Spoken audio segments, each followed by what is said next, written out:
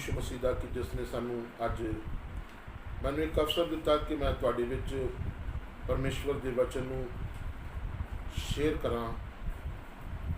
और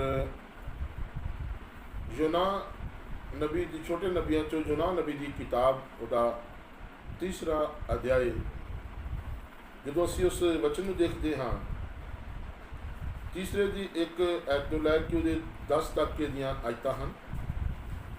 तुसीं इसनूं अपने परमेश्वर के वचन इस चैप्टर में तुसीं पढ़ सकते हो।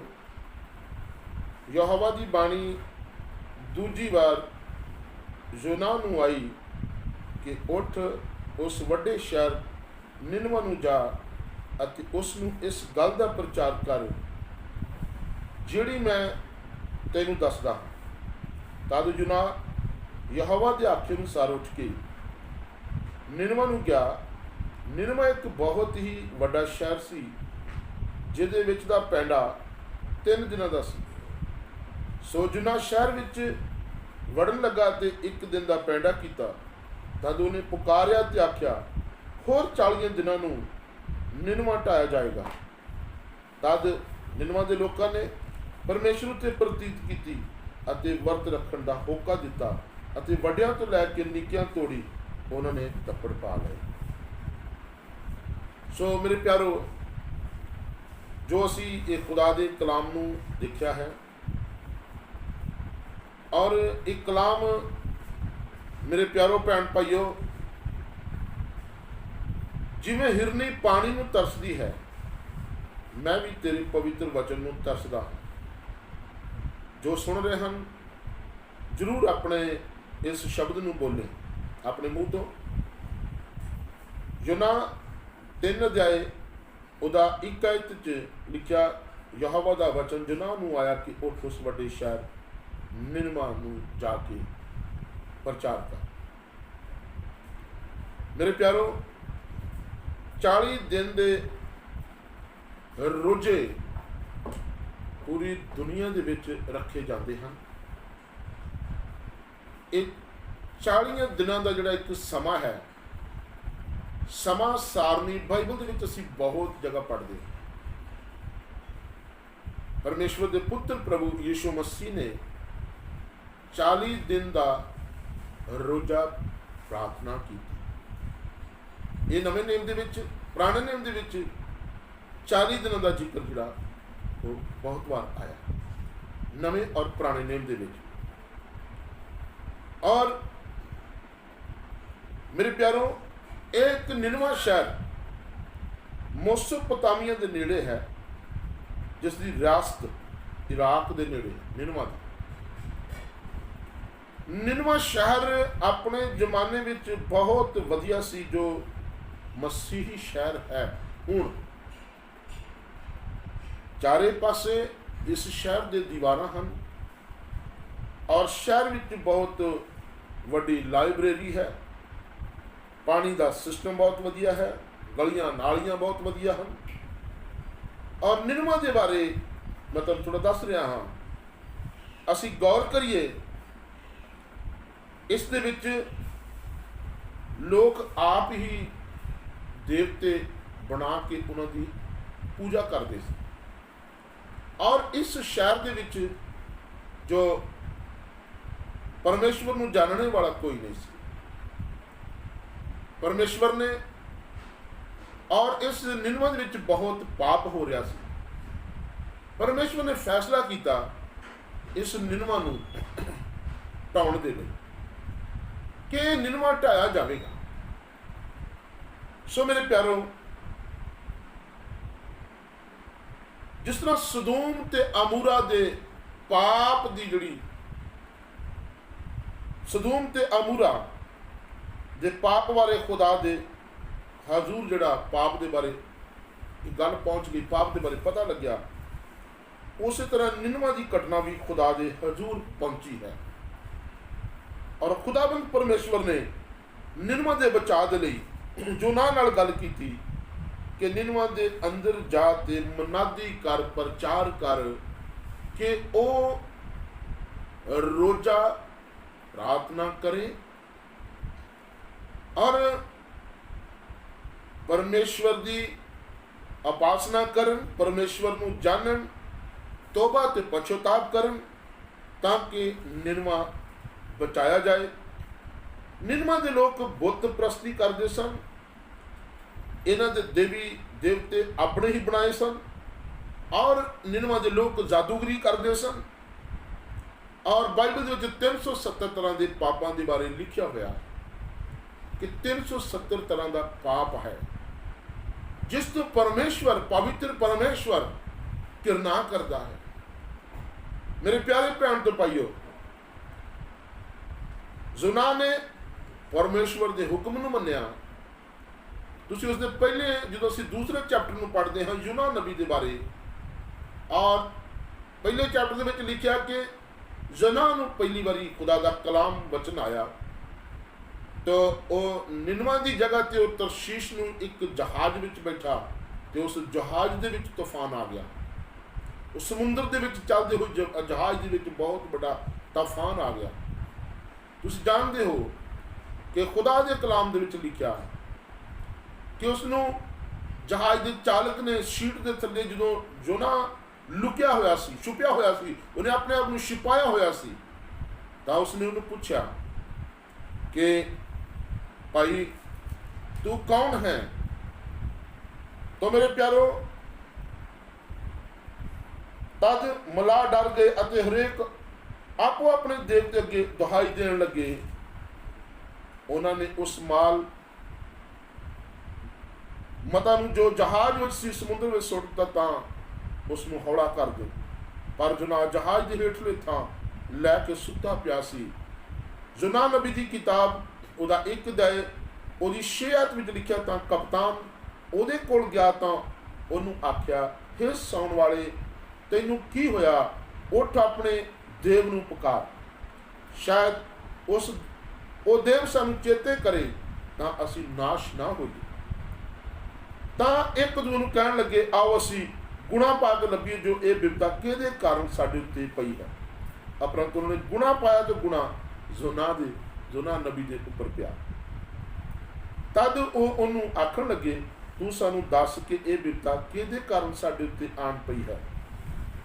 ਤੇਰਾ ਕੰਮ ਕੀ ਹੈ ਅਤੇ ਤੂੰ ਕਿੱਥੋਂ ਆਇਆ ਹੈ? ਇਹ 2 ਸਵਾਲ ਉਸ ਨੂੰ ਕੀਤੇ ਗਏ। ਤੀਸਰਾ ਸਵਾਲ ਉਹਨੂੰ ਕੀਤਾ ਗਿਆ, ਤੇਰਾ ਦੇਸ਼ ਕਿਹੜਾ ਹੈ ਅਤੇ ਤੂੰ ਕਿਹੜੇ ਲੋਕਾਂ ਵਿੱਚੋਂ ਹੈ? ਮੇਰੇ ਪਿਆਰੇ ਭੈਣ ਤੇ ਭਾਈਓ, ਤਾਂ ਉਹਨੇ ਉਹਨਾਂ ਨੂੰ ਆਖਿਆ, ਮੈਂ ਇਬਰਾਨੀ ਹਾਂ। ਹਾਲੇਲੂਇਆ।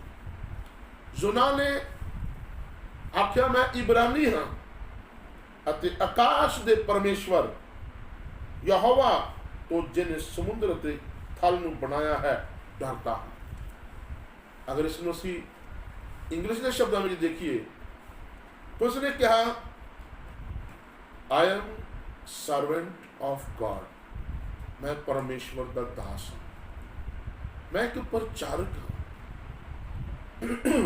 ਤਾਂ ਉਹ ਮਨੁੱਖ ਬਹੁਤ ਹੀ ਡਰ ਗਏ ਅਤੇ ਉਹਨੂੰ ਆਖਣ ਲੱਗੇ, ਤਾਂ ਇਹ ਕੀ ਕੀਤਾ?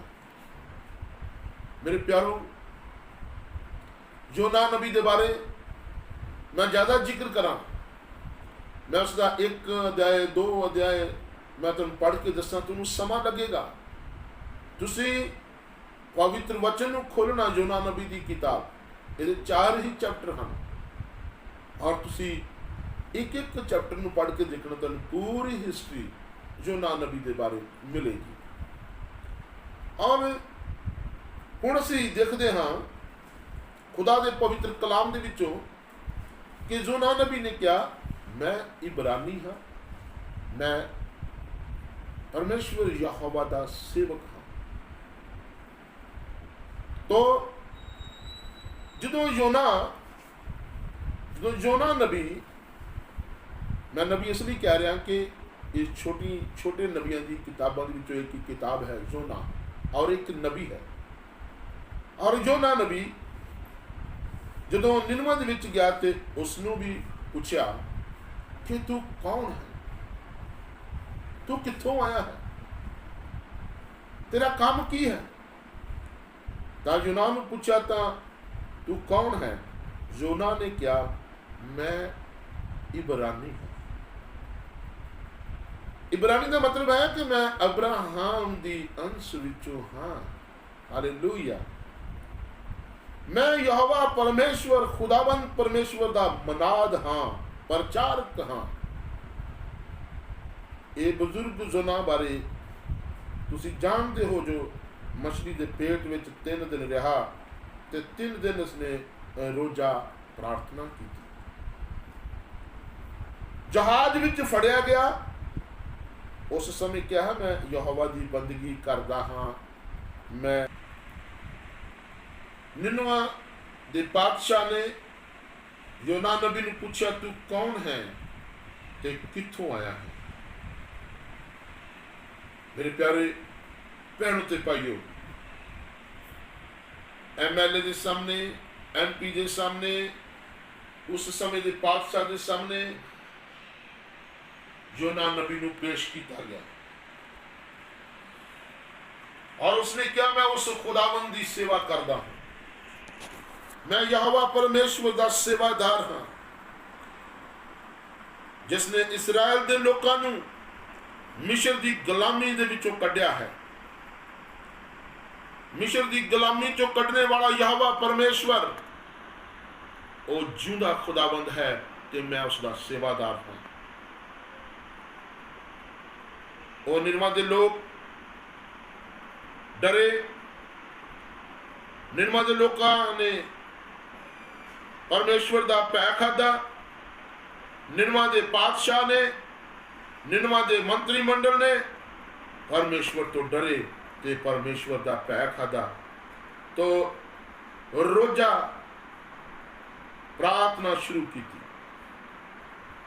रोजा प्रार्थना का मतलब है जान नूं दुख देना।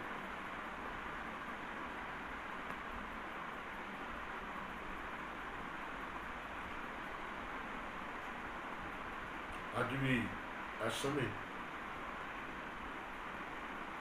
लोग पैपीत हैं।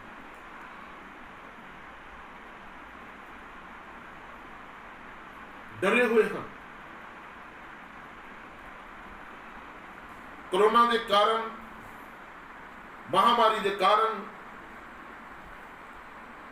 लोग पैपीत हैं। लोग कोरोना तो ना डरन, लोग भयभीत ना हो, परमेश्वर तो डरे और अपने घर बैठ के प्रार्थना करें, रोजा प्रार्थना करें। प्रार्थना सुन के उत्तर देने वाला खुदावंद परमेश्वर जिंदा खुदावंद है। मेरे प्यारों, इसका मतलब है कुफारा देना। रोजा का मतलब है कुफारा देना। और 4 तरह के रोजे हैं। जो मिस्र की गुलामी चो इसराइल आजाद होया तो इसराइल के लोगों ने शादबानी का रोजा रखा गया। शुक्रगुजारी का रोजा प्रार्थना की गई। शादवानी का रोजा रखा गया और ईद के रोजे रखे गए। 5 तरह के रोजे रखने। निनवा के लोगों ने देवते खून मांगते सन, बलियां मांगते सन, इंसान का खून मांगते सन। और मेरे प्यारों, और इस पाप की जी आवाज सी वो परमेश्वर तक पहुंची और परमेश्वर निनवा नूं बचाउण की शक्ति रखता और बचाउण का प्लान किया। बाइबल में लिखा, जमीन आसमान टल सकता है पर मेरा वचन कभी नहीं टलेगा। मगर इंसान, तुसी और मैं और सब मिलके असी रोजा प्रार्थना करिए और जो असी आंसू बहा के पूरी दुनिया भर दे लई, अपने देश दे लई, अपने पंजाब दे लई, अपने जिले दे लई, अपने चर्च दे लई, अपनी कलीसिया दे लई, अपने लोकां दे लई, अपने भैन भाइयों के लिए असीं प्रार्थना करिए तो परमेश्वर अपने इरादे नूं बदल देगा। असीं इस महामारी तो और तमाम तरह के दुखों तो असीं छुटकारा पा सकते हैं, बीमारियों तो छुटकारा पा सकते हैं। जिस तरह परमेश्वर के दास निनवा दे विच जाके प्रचार किया, निनवा के लोगों ने परमेश्वर के वचन नूं मन्निया और उन्होंने अपना समा परमेश्वर नूं दिता। मेरे प्यारो भैन भाइयों, जमीन आसमान टल सकता पर मेरे वचन का बिंदु नहीं टलेगा। इसका मतलब है खुदा का इरादा नहीं बदल सकता, खुदा इरादे नूं बदल नहीं सकता, पर मेरे ते तुहाडे प्रार्थना दे नाल, आंसू बहाने नाल और वचन पढ़न दे नाल, प्रार्थना करन दे नाल, उसकी हजूरी च आंसू बहा के प्रार्थना करने नाल खुदावंद परमेश्वर अपने इरादे नूं बदल सकता है। जदों निनवा दे छोटे बच्चों ने भी भोजन नहीं खाता, पानी तक नहीं पीता, दूल्हा दुल्हन भी भुखे रहे, प्यासे रहे, बादशाह मंत्री मंडल भी प्यासे रहे, भोजन नहीं खाता, पानी तक नहीं पीता, और निनवा दे जानवरों के पशुओं को भी पानी तक नहीं पिलाया, चारा नहीं दिता गया, और लोग रोजे विच आंसू बहा रहे हैं। आसमान का खुदावंद अपना इरादा बदल लेता है।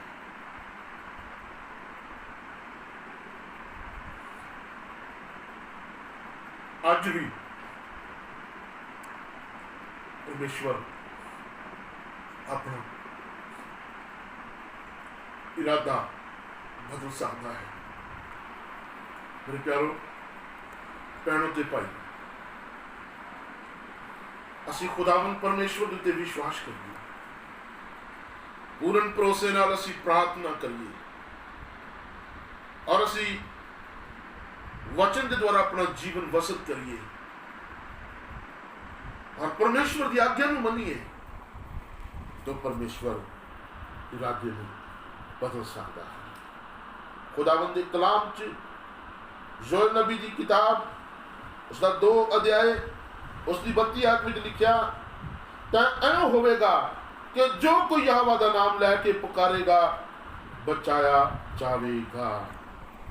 जो भी यहोवा का नाम लैके, जो भी परमेश्वर का नाम लैके पुकारेगा वो बचाया जाएगा। रोजा प्रार्थना दुआ जो खुदा के इरादे को बदल देती है।